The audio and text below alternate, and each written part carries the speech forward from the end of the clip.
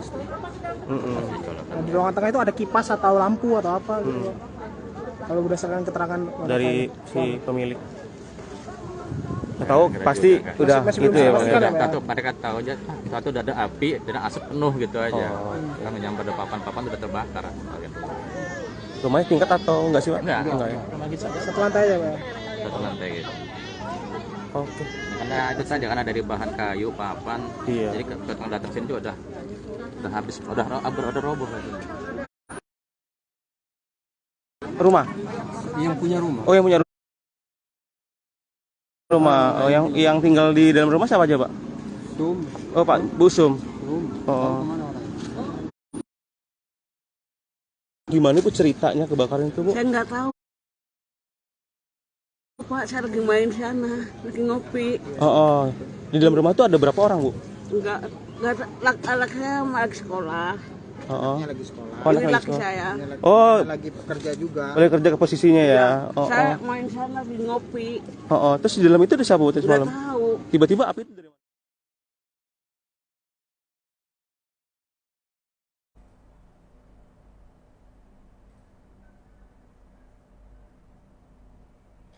Berita selanjutnya, seorang kakek ditemukan meninggal dunia dengan keadaan membusuk.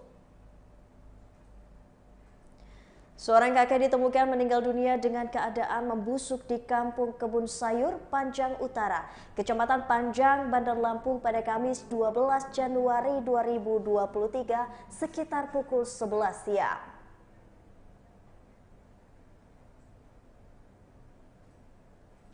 Kapolsek Panjang Kompol Muhammad Joni mengatakan, awalnya pihak mendapatkan laporan bahwa ada penemuan mayat di Kelurahan Panjang Utara sekitar pukul jam 11 siang. Kemudian Kapolsek dan personel langsung mengecek ke lokasi. Setelah mendatangi ke lokasi, pihaknya langsung melakukan evakuasi korban. Adapun identitas mayat tersebut yakni Sarijan 65 tahun dan diduga sudah meninggal dunia selama 2 hari. Menurut Joni, saat ditemukan kondisi korban sudah membusuk. Berdasarkan informasi, korban meninggal karena sakit yang dialaminya selama 4 bulan dan tak kunjung sembuh. Sementara istri korban bernama Sarmi 53 tahun mengalami sakit jiwa atau orang dengan gangguan jiwa dan tidak bisa diajak berkomunikasi serta dimintai keterangan.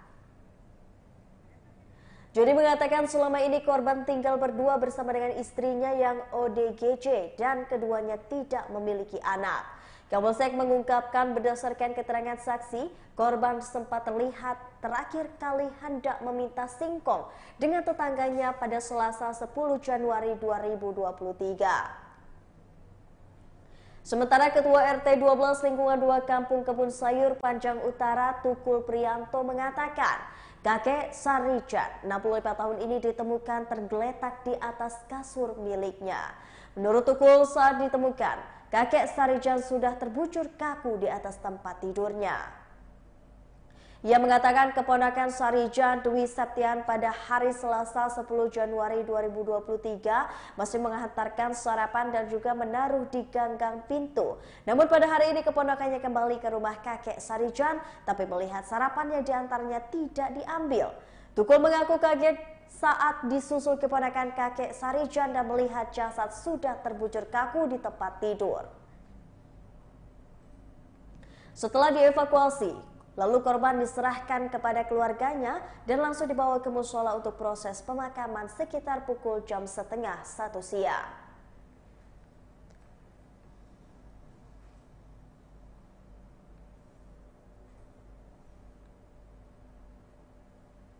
Berita selanjutnya, ikan petani karamba di Danau Ranau mati, kerugian mencapai 1 miliar rupiah.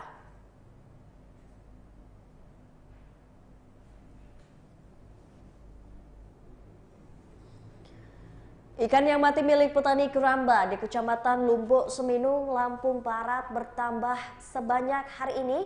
Pada Kamis 12 Januari 2023 ini diperkirakan total yang mati di keramba milik petani di Kecamatan Lumbuk Seminung menjadi 30 sampai dengan 40 ton. Hal itu disampaikan Reza Valevi saat satu ditamui keramba di Pekon Kagungan, Kecamatan Lumbok Seminung, Lampung Barat yang terdampak.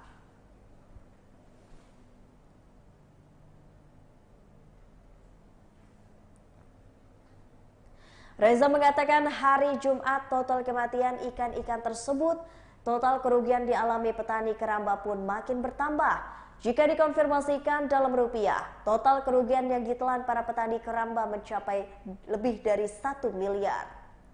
Dengan perhitungan harga 1 kilo sekitar 25.000, sementara Haryadi Calvin Anarki, Ketua Usaha Keluarga Bersama Pekon Kagungan berharap pihak bank beserta dengan pihak yang memberikan pinjaman modal bisa mengerti keadaan petani keramba yang terdampak. Sebab menurutnya beberapa petani di wilayah tersebut banyak yang memakai modal dari perbankan. Menurut Haryadi, biasanya fenomena ini terjadi 1 hingga 2 hari dan paling lama berminggu-minggu. Ia menilai fenomena ini terjadi dikarenakan adanya belerang yang keluar dari dasar danau Ranau yang berasal dari Gunung Seminung atau biasa disebut Mentahilen.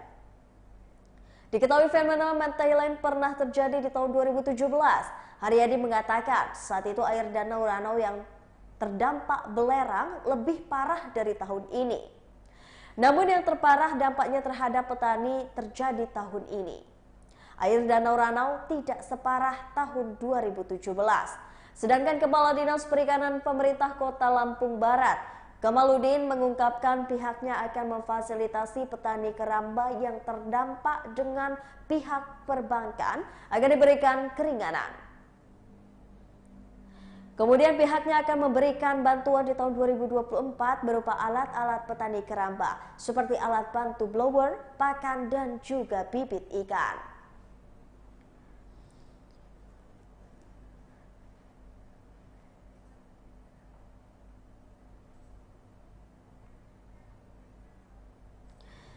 Berita selanjutnya, terkait masalah penggelapan pajak, mantan anggota DPRD Metro ditahan oleh Kejari. Kejaksaan Negeri atau Kejari Metro langsung menjebloskan mantan anggota DPRD Metro Lampung ke penjara pada Rabu 11 Januari 2023. Mantan anggota DPRD Metro Alizar Jinggo dijebloskan ke penjara oleh bersama dengan rekannya Direktur Civi Kartika Timur Perkasa, Sony Febrian Kusuma. Hal itu dilakukan setelah Kejari Metro menetapkan keduanya sebagai tersangka penggelapan pajak. Kepala Kejaksaan Negeri Metro Lampung, Virginia Haristalveni, mengatakan atas penetapan tersangka tersebut pihaknya melakukan penahanan terhadap Alizar dan juga Sony. Kejari melakukan penahanan keduanya mulai tanggal 11 Januari 2023 hingga 30 Januari. Menurut Virginia, dalam perkara penggelapan pajak tersebut terdapat 3 tersangka. Satu lagi tersangka, Karlena, tidak dapat hadir memenuhi panggilan Kejari Metro karena sedang sakit. Ia mengatakan kasus yang menjerat para tersangka terkait penggelapan pajak ini menurutnya kelihatan tidak membayar pajak. Sudah diupayakan PPNS untuk bayar ke Dirjen Pajak. Jadi pada persidangan atau sebelum persidangan atau mau membayar akan mengurangi ancaman hukuman nanti. Sementara penasihat hukum Alizar dan juga Sony John Situmorang menyebutkan kliennya hanya sebagai korban. Ia mengungkapkan ada satu perusahaan yang membayar kepada pihak lain sehingga tidak masuk ke rekening perusahaan milik kliennya. Ia mengatakan sebenarnya kliennya adalah korban. Jadi intinya ada satu perusahaan yang membayar kepada pihak lain sehingga tidak masuk ke rekening perusahaan klien kami. Lalu berdasarkan hal itu, kedua klien ditetapkan menjadi tersangka. Pihaknya akan melakukan upaya hukum untuk membantu memperjuangkan hak kliennya. Ia juga mengatakan pihaknya yang menggelapkan tersebut yaitu tersangka Karlena yang merupakan penghubung antara Civi KTP dan juga PT Yasa.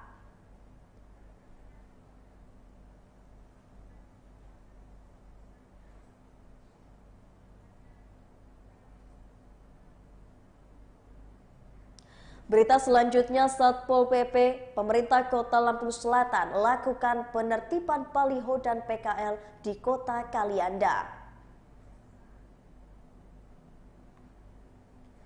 Satuan Polisi Pamung Praja, Kabupaten Lampung Selatan melakukan penertiban spanduk dan pedagang kaki lima yang berjualan di bahu jalan Kecamatan Kalianda, Lampung Selatan di Kecamatan Kalianda pada Kamis 12 Januari 2023.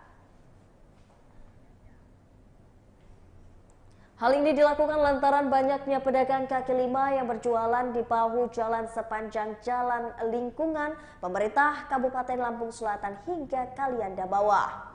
Selain pedagang kaki lima, Satpol PP juga menertibkan baliho dan juga banner liar terpasang di pepohonan sepanjang jalan dari pemerintah Kabupaten Lampung Selatan hingga Kalianda Bawah. Dari pantauan Tribun Lampung terlihat beberapa personil Satpol PP pemerintah Kabupaten Lampung Selatan menggardai motor berjalan dari lingkungan Pemkat Lampung Selatan hingga Kalianda Bawah. Sesekali, rombongan Satpol PP ini berhenti saat melihat ada pedagang yang berjualan di bahu jalan. Mereka memberikan teguran serta himbauan agar para pedagang tidak menggunakan bahu jalan untuk berjualan.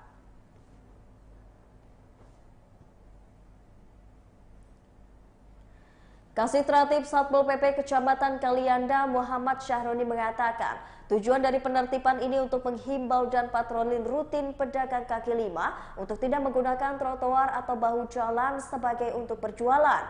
Selain itu, Syahroni juga mengatakan kegiatan penertiban baliho dan PKL ini juga untuk menjaga ketertiban umum dan untuk kepentingan bersama. Sehingga dengan adanya ketertiban PKL, masyarakat dapat menikmati hasil pembangunan yang dilakukan oleh pemerintah.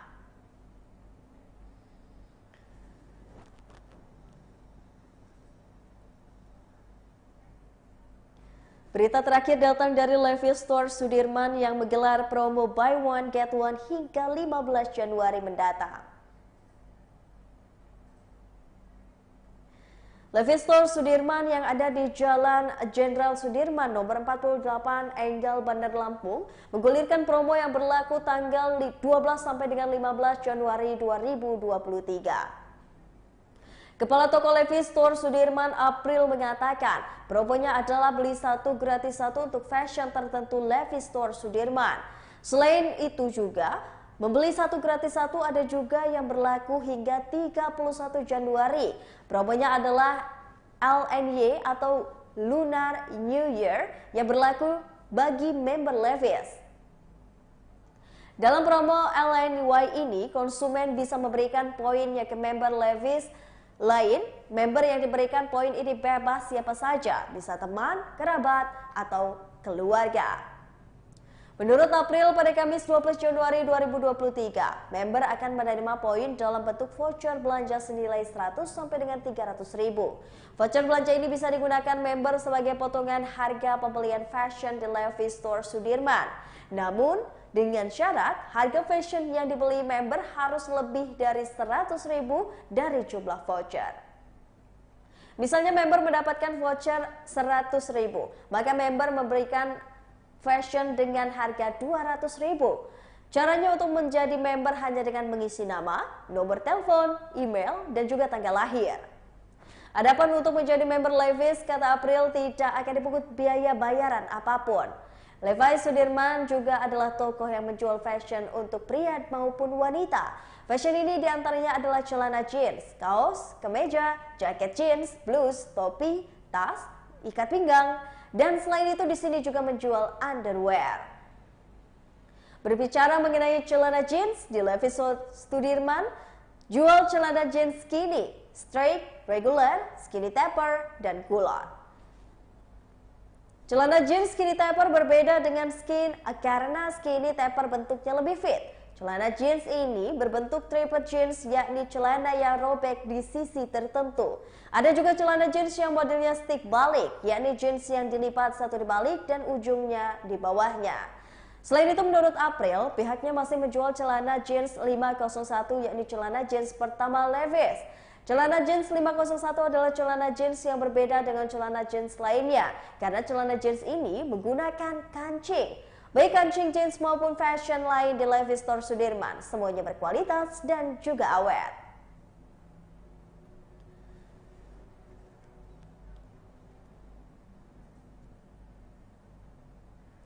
Baiklah Tribuners, itulah tadi berita Lampung terkini bersama dengan saya Kusuma Syaifah. Jangan lupa untuk terus saksikan video selengkapnya di YouTube Tribun Lampung News Video, Facebook Tribun Lampung, Instagram Tribun Lampung, dan juga TikTok Tribun Lampung untuk bisa mendapatkan informasi terupdate lainnya. Selamat malam dan sampai jumpa.